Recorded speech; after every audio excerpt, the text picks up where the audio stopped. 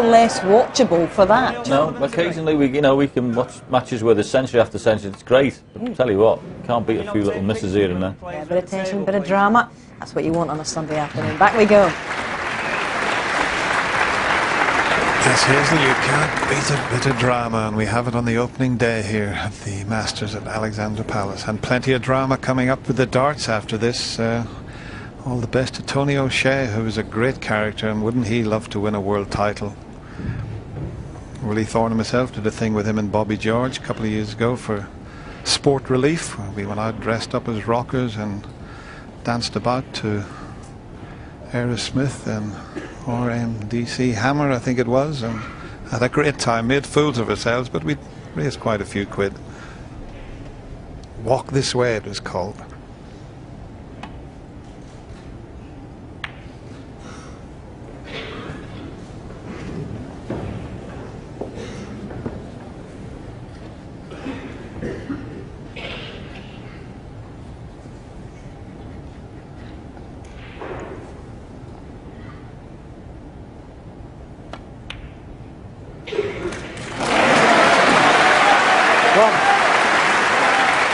Well, he can't give himself a better chance. Ding now knows that he might be sitting there for a while because the reds are nicely placed. The black is not tied up. It's available into one corner pocket. Full. This is not a bad chance for Ronnie O'Sullivan.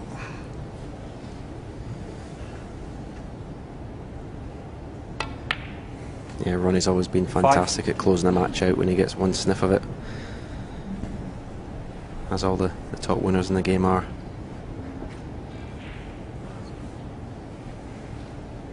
He just seemed to put that little extra ounce of concentration in every shot. Ten.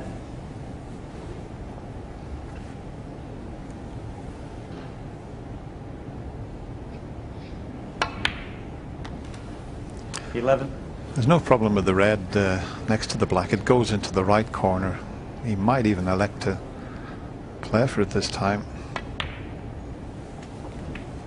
and that would clear the black into both corner pockets. 16.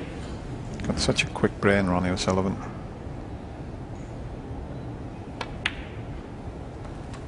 $17.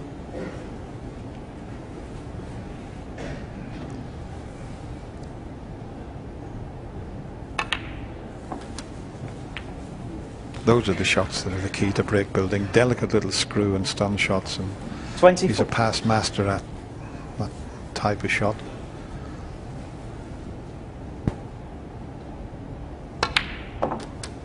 $25.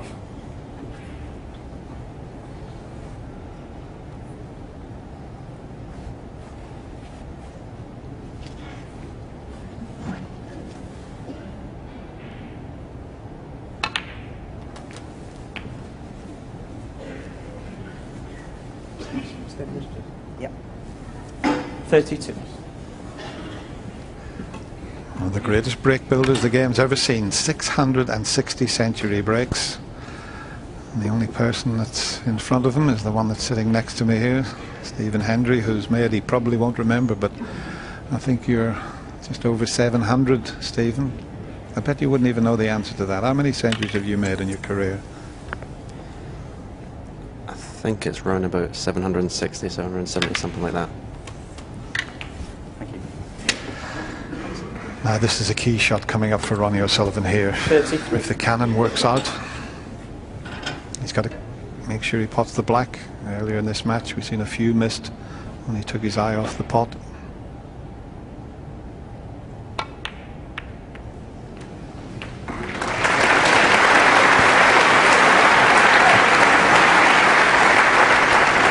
What's he looking at? Is there a possible plant? What a bonus that would be.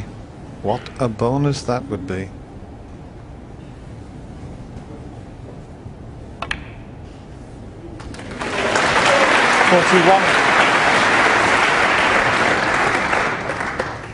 Alarm bells are ringing now down Junhui.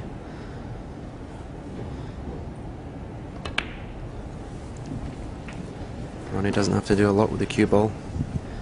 There's enough open reds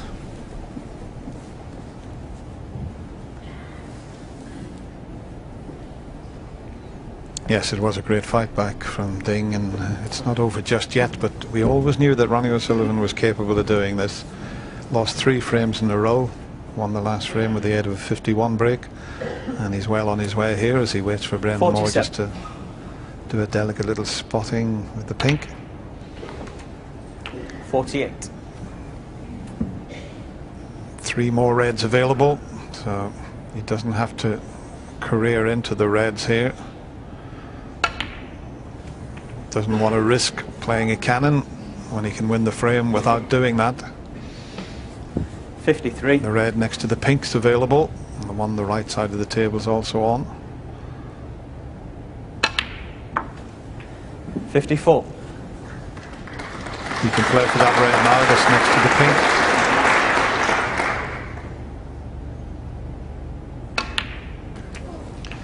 Well, he's just showing us here why he's won this great title on 4 occasions.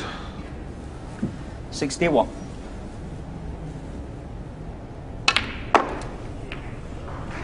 Now needs to pull up a little bit, and it has just.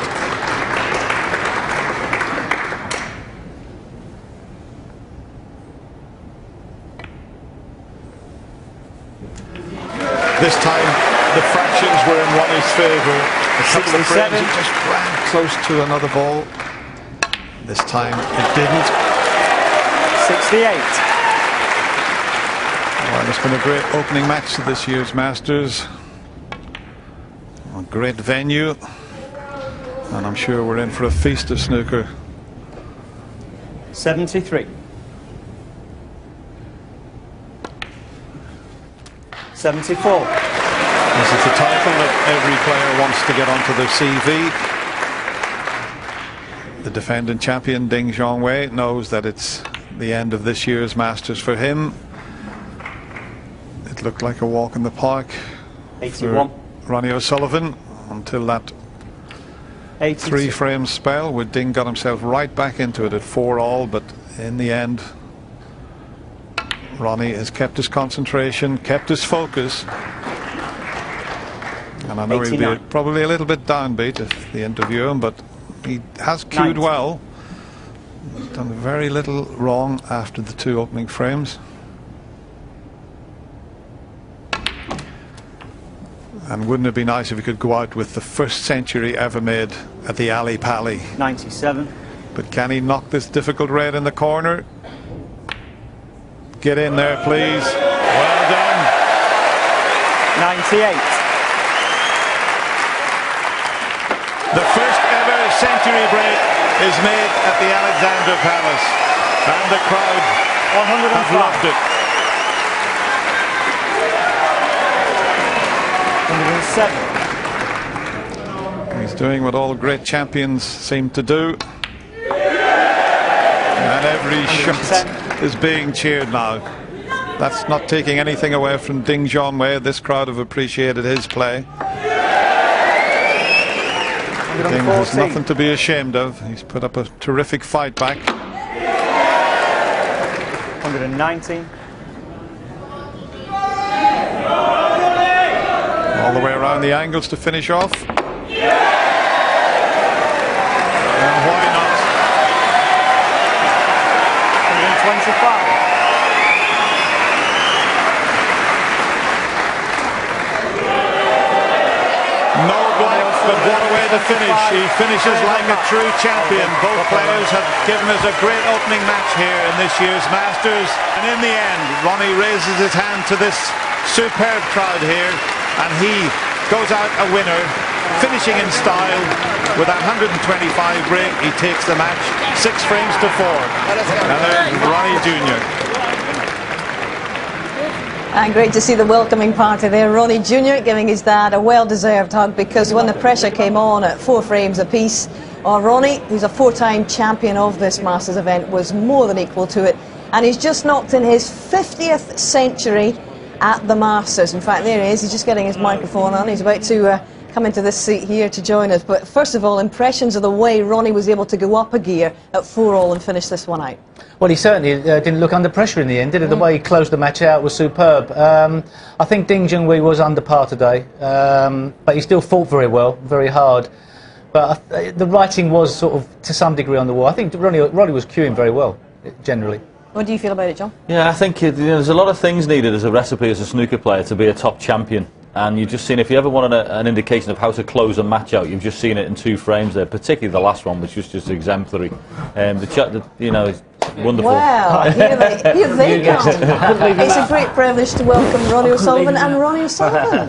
Well, how lovely to see you both. Ronnie Senior, first of all, congratulations. 4-all after that amazing fluke from Ding. What were you thinking at that point, and how did you manage to go through the gears thereafter? Well, I don't know, I had a couple of 4-1, I've potted the black, overscrewed, when really it was, balls were perfect, game over. And then you lose a frame like that against someone like Ding, you think, you know, he could punish you. You know, you expect you could lose 2 or 3 frames off the back of that, and that's what happened. I still had a couple of chances, but my head went really, and then it wasn't until it got back to 4 that he thought, now there's a bit of pressure on him there, because obviously, at 4-1 down, he was probably thinking he was out of it, but he's now in it, and it's a different game. Well, I hate to say it, but you were almost upstaged by this young man earlier on. I'm always upstaged by him, mate. Don't worry about that. Because He's a legend. Ronnie Jr., there you are. Can you see the telly here? This is you being introduced as your dad by Rob Walker. Now, there you are. You're just about to be introduced, and I think it got a bit noisy for you, didn't it? Just a little bit, yeah? Okay, Ronnie. It was really noisy. Yeah, did you get a bit of a fright when it happened, yeah? No, you don't get scared, do you? No, he's shaking his He's a cool head. dude. What do you think of this man's performance, Ronnie? Ronnie Senior, I'm talking to now. It's quite tricky, his performance, he's just he's the best thing in the world for me, you know, just to see him, and obviously my little girl's here as well, so you know, it was just nice for them to see me play, and just nice to have them here. I think they've enjoyed it, and yeah, it was a tough match, to be fair. Ron Jr., are you proud of your dad today? Did he play well? Good, excellent. Okay. Ron, it's a big season for you. We've been obviously talking about that. But coming to Ali Pali, brand new venue, obviously the first century ever made here, and your 50th at the Masters to finish off. I'm not sure if you're aware of it. Yeah, 50th century at the Masters. Pretty, What do you think of the new place and the crowd today? Yeah, I like it. You know, it's different to Wembley, but you know, it's a great crowd, fantastic atmosphere out there, and you know, it's just it's good. Have you always felt more at home playing, obviously, in front of the London crowds? You get a buzz from that? I like playing anywhere, to be fair. You know, I just enjoy playing, and you know, whenever there's a packed audience, it's quite easy to get motivated and enjoy it. And today there was, it was busy, and you know, that's when you probably play your best snooker. I was actually speaking to John and Steve about having their family in the front row a couple of times, and it must be a little off-putting. What did it do for you to have these guys sitting there watching you? The first couple of frames it was a bit, because they were moving about and laughing, and you know, and then my mum sitting there, it was like they was on a jolly day out, and I went, and I was like, I missed the red in the second frame, and all I could see was these moving, and I was like, keep still, I said. I got in the interval and I said to my mate, just tell him he's only a jolly boys out here, I'm here to do a bit of work. Get him up there somewhere. Well, I can't see him. Ronnie Jr. was saying you moved your head on the shot. Yeah, well, absolutely. And is this something that you're going to keep doing? I'm not sure exactly what time you're going to play against either Judd Trump or Stuart Bingham. No, but Thursday. It's back to today's. It's a weekend time, and they're going back to their mums tonight, and then I'll be able to just get my head down and start grafting. But you know, they might come to the final if their mum won't let them. Is this young man a snooker player, by the way? Can he wield the cue? He's not bad at golf. I think he's going to be a bit more of a Mark Zuckerberg.